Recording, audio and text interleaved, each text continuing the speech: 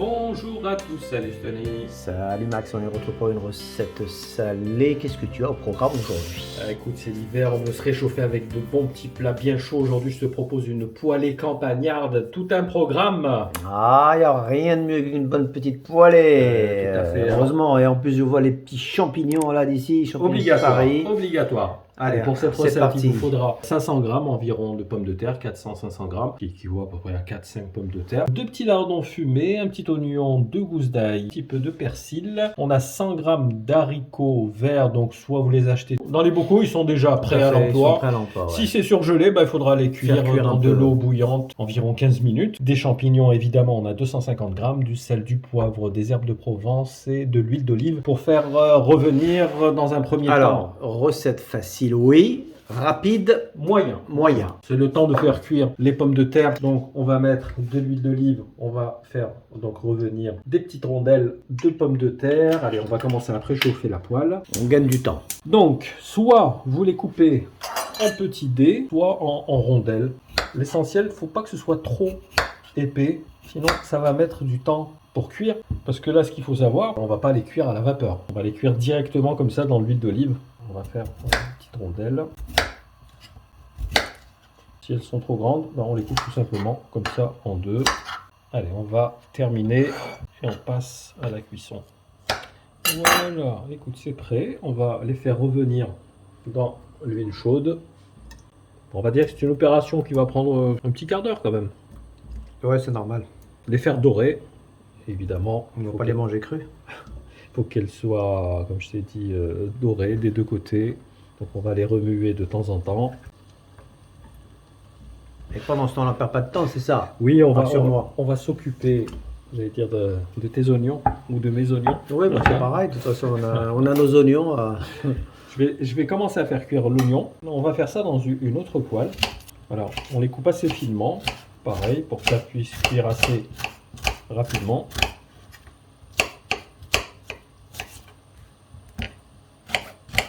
Il n'y en a que deux, c'est ça? Un. Ah non, pardon. Donc pareil, on va prendre une deuxième poêle. On va mettre un petit peu d'huile d'olive. Et c'est parti.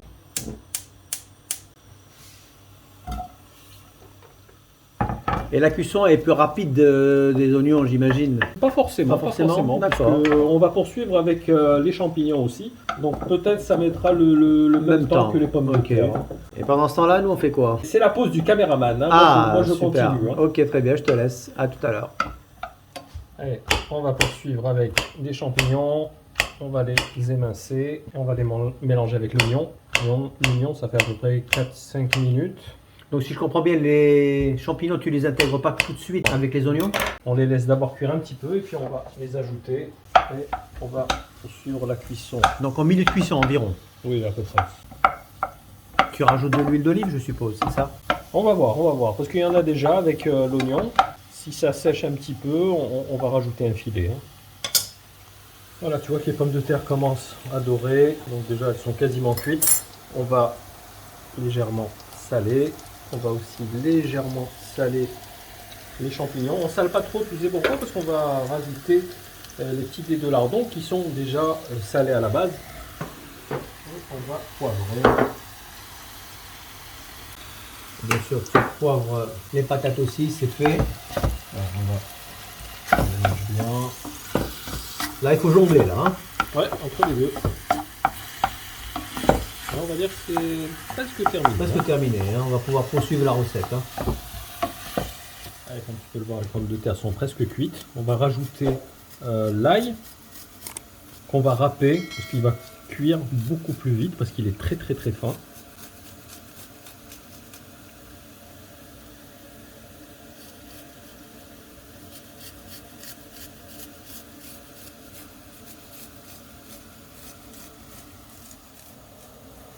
Allez, on va rajouter le persil.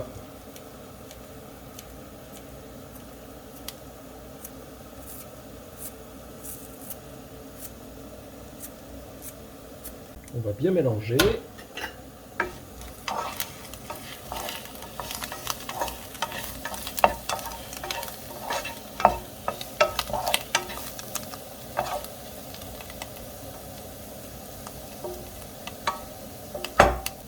on va intégrer les haricots.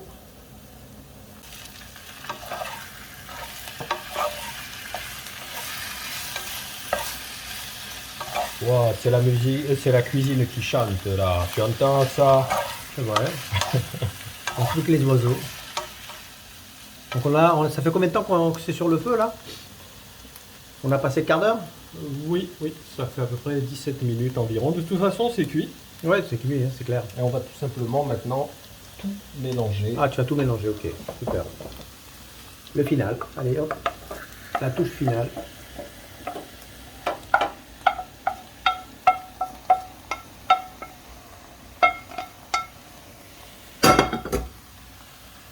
Et on remet délicatement.